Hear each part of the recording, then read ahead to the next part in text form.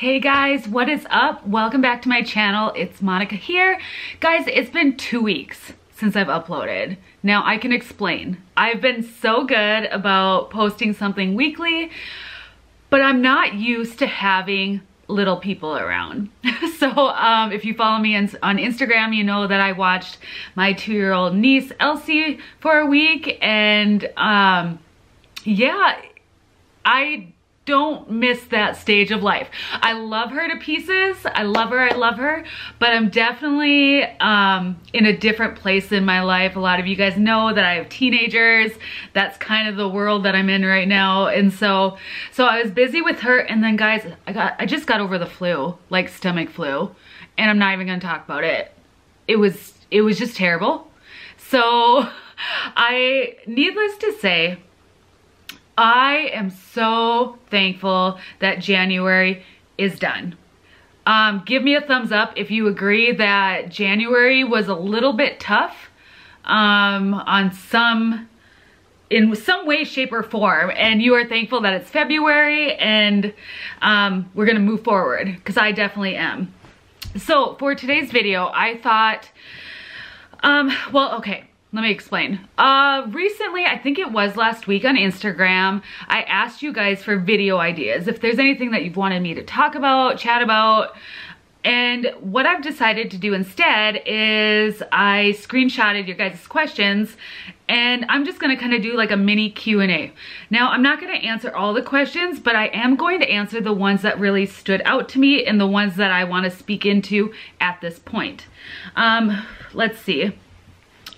So I'm just gonna get right into it. Let's see. Okay. I wanna,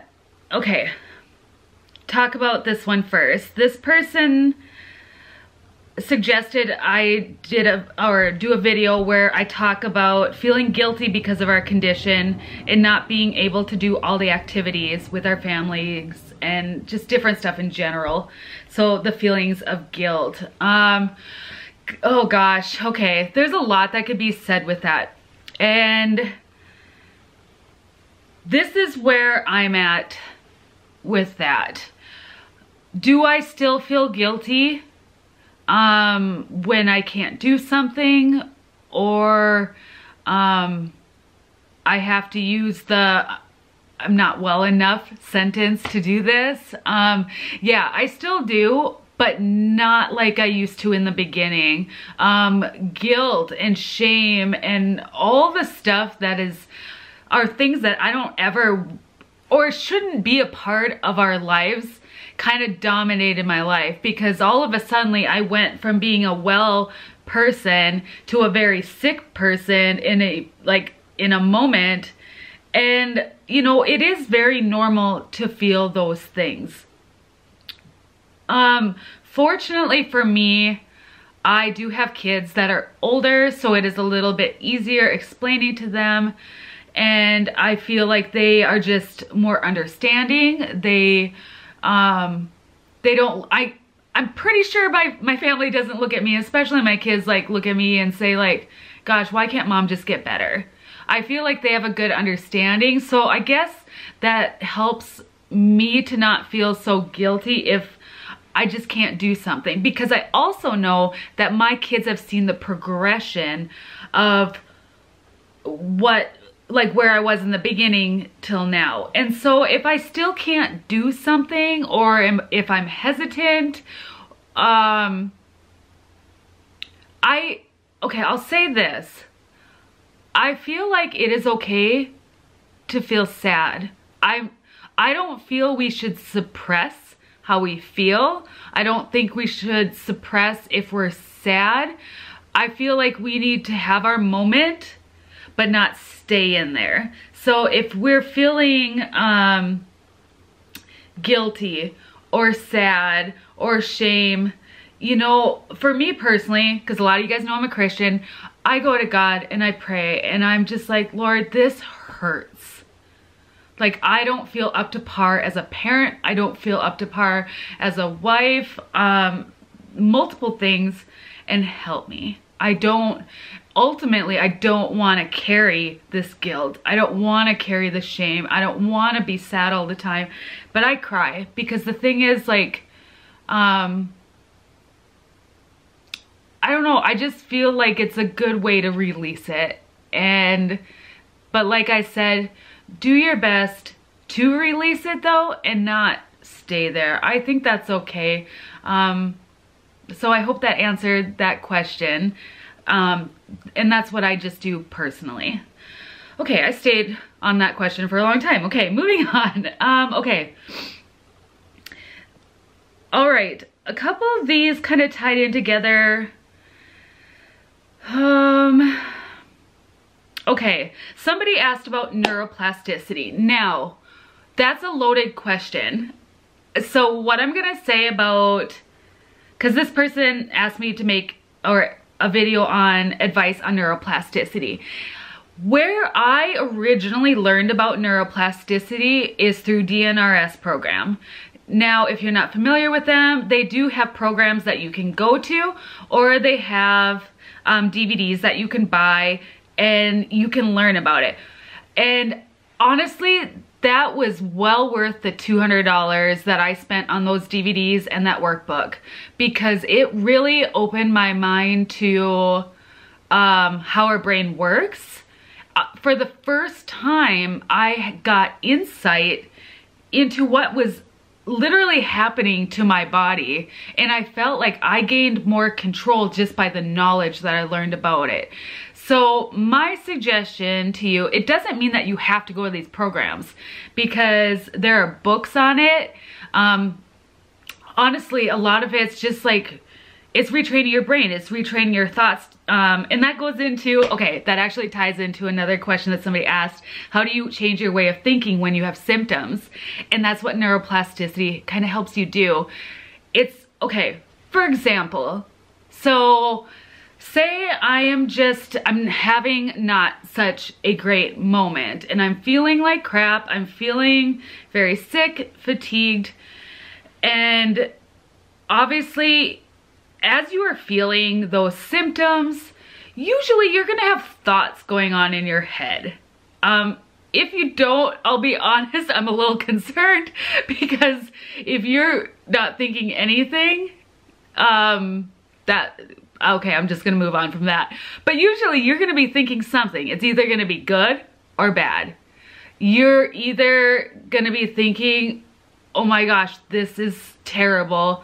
I hate this. Why is this happening to me? Like, you're on the one end of the spectrum where you're like, this is awful. I hate this. All the negative stuff. Or you're gonna be one of those people that are like, this is gonna pass. Okay? And more on the positive side. But when you switch your brain to the positive side, my suggestion to you is, something I do personally is like, I'm okay. I'm totally fine. I've got this. I'll like get up, I'll move on, and I will try to do something that I love. Because if I can switch my brain from just staying in that stuck state of negative self-talk and depressed feelings and thoughts, even though I'm still feeling like crap, if I can like remove myself from this spot and move it over somewhere else. Okay, maybe let me give you an example. Example. Yesterday. So I had a decent day, but in the afternoon I started not feeling so good. And I had a hard time getting past it, and I just felt like crap overall. Like, it just, things were not good in general. And so I went and I did something I loved, and I went and I sat down at my piano. And sometimes when I sit there, now I wish I could say this happens all the time, because you've got to learn, like, is this helping me right now or is it not? Yesterday, this really helped me. I sat down at my piano and I just played. And I just like sang out whatever came out of my mouth. And literally within an hour, I felt so much better, because I got my mind off of what I was thinking and all the negative thoughts I was having, because that's what neuroplasticity is. It's retraining your brain and getting those negative neurons that have been connecting together because of the bad symptoms and the bad thoughts. It's essentially creating new ones that are more healthy and more focused on good things and good feelings and good thoughts and things that I love and things that are healthy. And over time, when you do that, if you keep retraining your brain to be like, no, I'm not gonna think this way, I'm gonna choose to do this and think this way, it's hard. It's straight out hard because you gotta catch yourself all the time. But over time, it gets better. It just does, okay? Another good resource to learn about neuroplasticity is Dr. Caroline Leaf. She wrote a book about it that is excellent. And that's, like I said, that's another resource. Okay. What else do I want to talk about? Okay, somebody also asked about body scans. Now, some of you are probably wondering even what a body scan is. I'll be honest, I'm not going to spend the time to explain body scans because I don't fully do body scans. Let me explain. I do and I don't.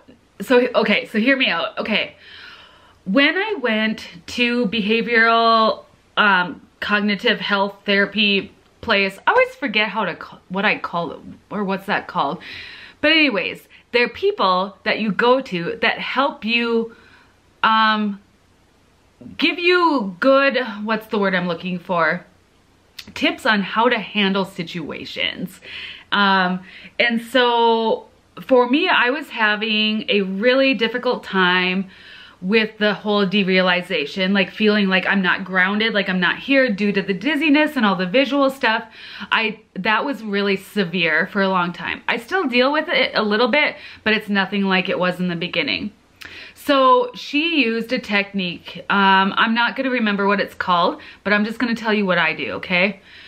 Essentially what you do is, if you're not feeling grounded, because this exercise will help you feel grounded, is you sit down and you get quiet and you just start being aware of your body. Now, for me personally, I feel like if somebody says you have to go through it in this order and do this and this and step by step, to somebody who has brain fog and has a hard time remembering things, that's not ideal for me. So I take things that people have showed me or taught me and I tweak it to what works for me. So this works for me, okay?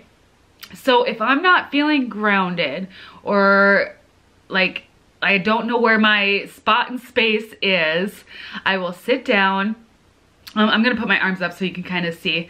And I'll maybe start with my hands, because sometimes if you have derealization, sometimes you won't feel like things are like even connected. Anyways, I don't want to go down that whole subject. But anyways, what I do to get more feeling in my body and me more aware that I'm okay and I'm here is I will focus on my muscles in my body.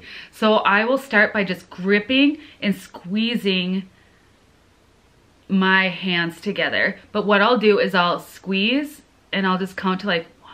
In my mind, I'll do this. 1, 2, 3, 4, 5.